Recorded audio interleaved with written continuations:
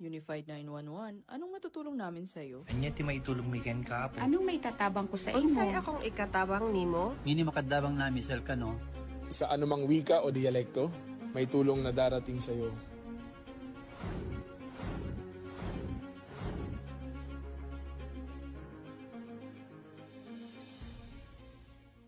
Lilingkod sa bawat Pilipino at magbibigay ng tamang impormasyon para sa tahimik at maayos na Pilipinas. Police News Network, alagad ng batas, tagapagtaguyod ng balitang pulis, sandigan ng mamamayan, patnubay ng katotohanan.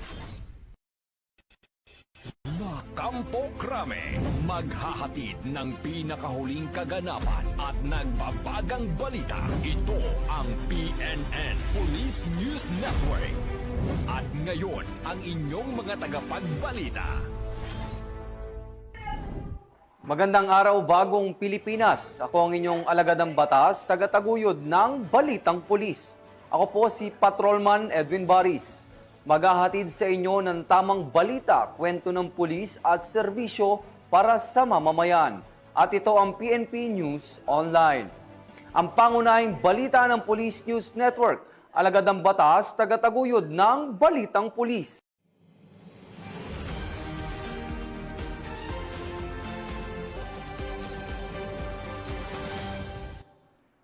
Narito ang mga balitang hatid ng ating PNN correspondents mula sa iba't ibang panig ng bansa.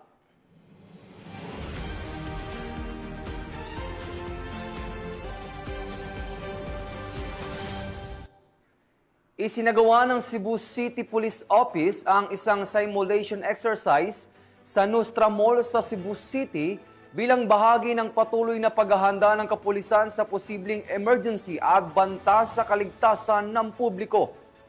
Layunin ng aktibidad na masuri ang kahandaan, koordinasyon at mabilis na pagtugon ng mga pulis at iba pang security personnel sakaling magkakaroon ng insidente sa loob ng isang mataong establishmento.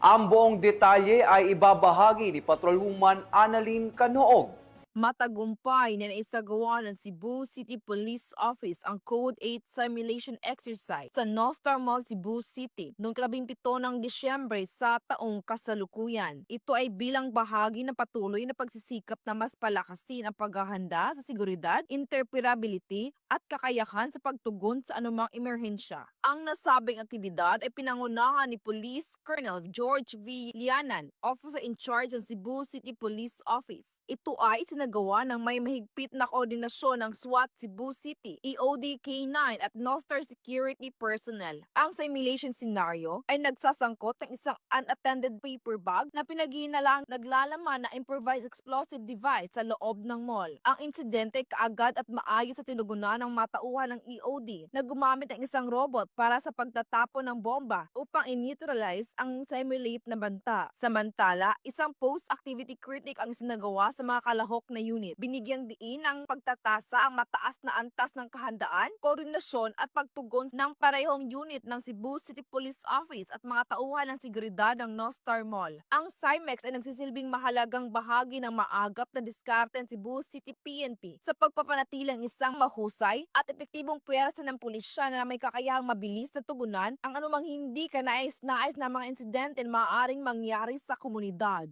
Mula dito sa Cebu City, ako yung PNN correspondent, Patrolwoman Annalyn N. Canoog, alagad ng batas, tagataguyod ng Balitang Pulis.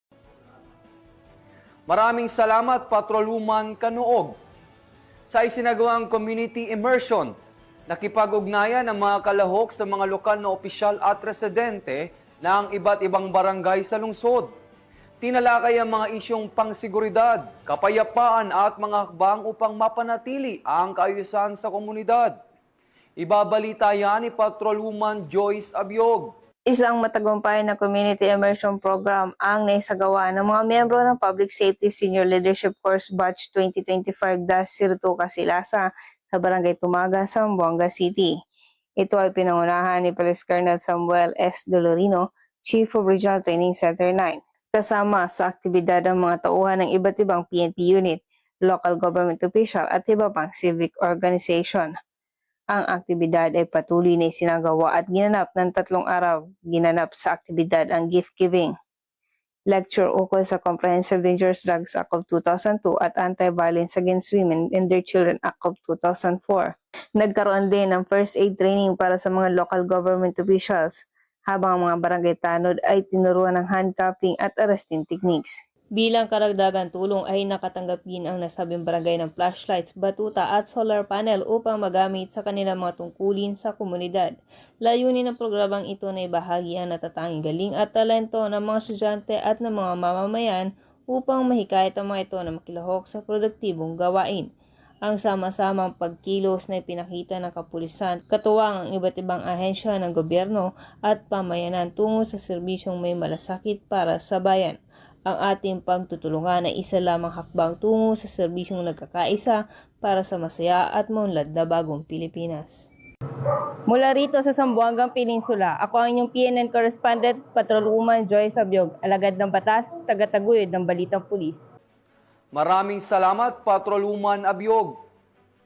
Arestado ng kapulisan ang isang top 5 most wanted person na sangkot sa kasong paglabag sa iligal na droga matapos ang isang matagumpay na operasyon. Patrolwoman Flora May Azares, ibalita mo. Himas rehas ang top 5 most wanted person provincial level na may kasong paglabag sa Section 11, Article 2 ng RA 9165 o Comprehensive Dangerous Drugs Act of 2002 matapos itong masakote ng Mandawi City PNP sa A. Soriano Street, Barangay Sentro, Mandawi City, Cebu, noong 6 ng Disyembre ng taong kasalukuyan. Kinilala ni Police Major John Philip D. Libres, Station Commander ng Police Station 1, Mandawi City Police Office, ang wanted na suspect na si John, 26 anyos, natubong Purok Santa Cruz, Poblacion, Medellin, Cebu. Ang suspect ay naaresto sa bisa ng warrant of arrest para sa kasong paglabag sa Section 11, Article 2 ng RA 9165 o ang Comprehensive Dangerous Drugs Act of 2002 na walang rekomendadong piyansa. Ang matagumpay na operasyon ng Mandawi City PNP ay patunay lamang ng kanilang dedikasyon upang matiyak ang kaligtasan at kaisa ng ating komunidad para sa isang bagong Pilipinas. Mula dito sa Central Visayas, ako ay inyong Police News Network Correspondent, Patrolwoman Flora May Azares, alagad ng batas, tagataguyod ng Balitang Pulis. Maraming salamat, Patrolwoman Azares. Sa kabila ng mga hamon sa seguridad, nananatiling nakabantay ang Philippine National Police sa pagpapatupad ng batas, mabilis na pagtugon sa mga insidente at pagpapatibay ng ugnayan sa komunidad upang matiyak ang kaligtasan ng bawat mamamayan. Patrolwoman Fe Marie Octaviano sa balita.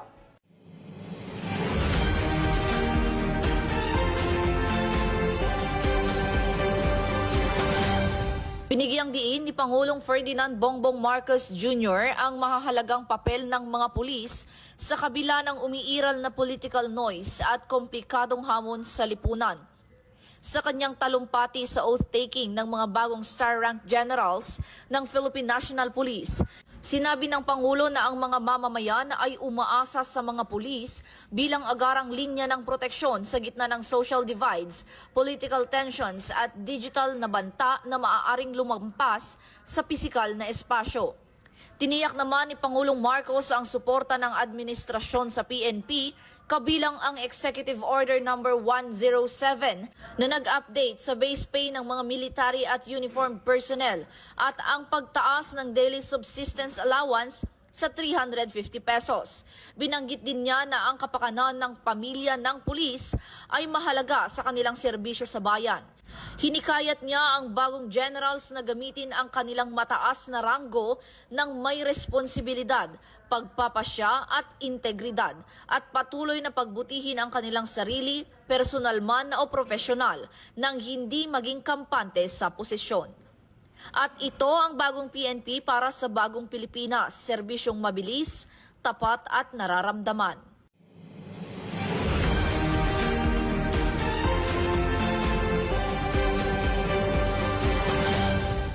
Maraming salamat, Patrolwoman Octaviano.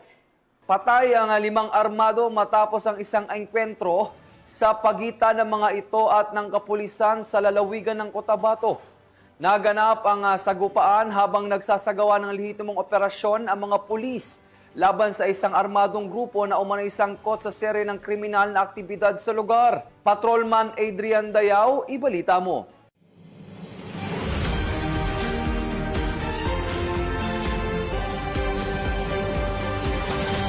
Limang hindi na lang drug personality kabilang isang dating commander ng MILF ang napatay habang isa naman ang naaresto sa isang madugong operasyon ng mga otoridad sa Kabakan, Cotabato. Naganap ang insidente nitong Martes, Disyembre 16 taong kasalukuyan sa Sitio Dima, Barangay Lower Paatan, Kabakan, Cotabato.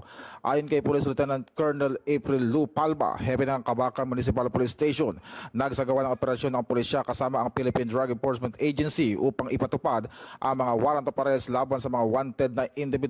Isa, si Macaldas, na kilala bilang commander ng Big Coke, nakabilang sa mga napatay sa engkwentro. Ayon sa pulisya, matataas na armas ang ginamit ng grupo laban sa mga operatiba, dahilan upang mauwi sa palitan ng putok. 5 suspek ang nasawi habang isa ang naaresto, 3 pa ang nakatakas at patuloy ngayong tinutugis ng mga otoridad.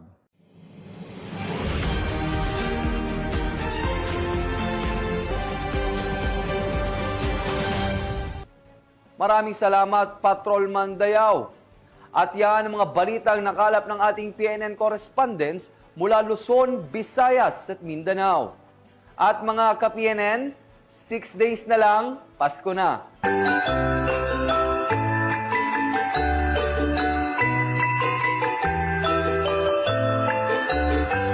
Sa ngalan ng pamunuan ng Philippine National Police, sa pangunguna ni Acting Chief PNP Police Lieutenant General Jose Melencio Nartates Jr. at sa pamumuno ni President Ferdinand Bongbong Marcos Jr., kami ay maglilingkod sa bawat Pilipino at magbibigay ng tama at balanseng balita. Mula rito sa tanggapan ng tagapag-ugnay ng Pambansang Pulisya, ako ang inyong alagadang batas, tagataguyod ng Balitang Pulis, Patrolman Edwin Baris. Maghahatid ng tamang balita, kwento ng pulis at serbisyo para sa mamamayan. At ito ang PNP News Online, ang pangunahing balita ng Police News Network. At ito ang bagong PNP para sa bagong Pilipinas. Serbisyong mabilis, tapat at nararamdaman.